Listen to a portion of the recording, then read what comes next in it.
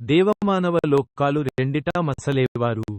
ప్రకటింపబడిన శౌర్య ప్రతాప్ శక్తిమంతులు. అంతులేని తన విషాగ్నుల వేడిమిచేత అగ్నిని సూర్యుడిని సైతం పూర్వపక్షం చేయగలవారు. గొప్పతనాలను మాత్రమే అనుసరించే భావాలు కలవారు అయిన ఐరావతాది సర్పశ్రేష్ఠులు మాయందు ప్రసన్నులగుదురుగాక.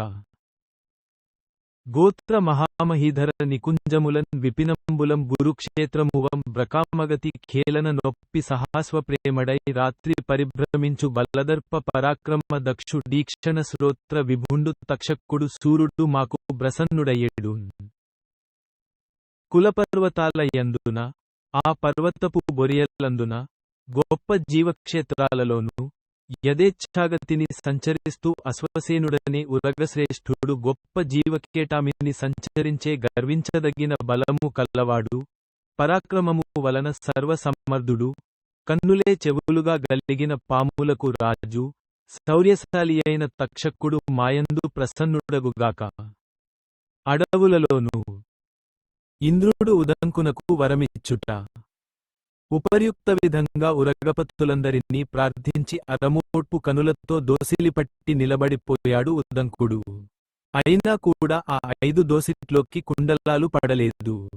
ఆ కుండలాల నపహరించిన కుండలీశ్వరుడైన తక్షకుడు ప్రత్యక్షం కాలేదు. కాని కళ్ళు తెరిచేసరికి అతని ముందు ఒక దృశ్యం కనిపించింది. ఇద్దరు స్త్రీలు ఒకే మగ్గం మీద నల్లని తెల్లని దారాలతో చిత్రమైన వస్త్రాన్ని నేస్తున్నారు.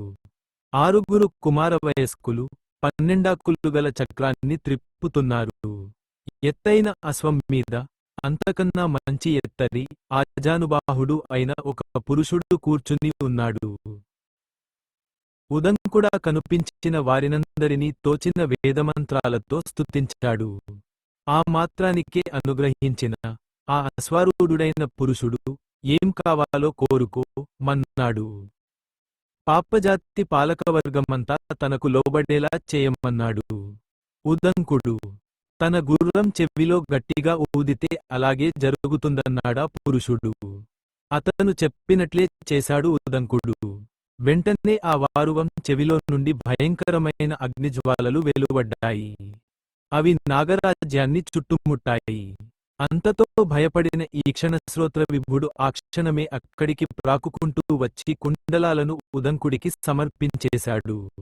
అంతటితోనే ఆ విప్రుడు సంబరపడిపోయాడు. బ్రాహ్మణుడు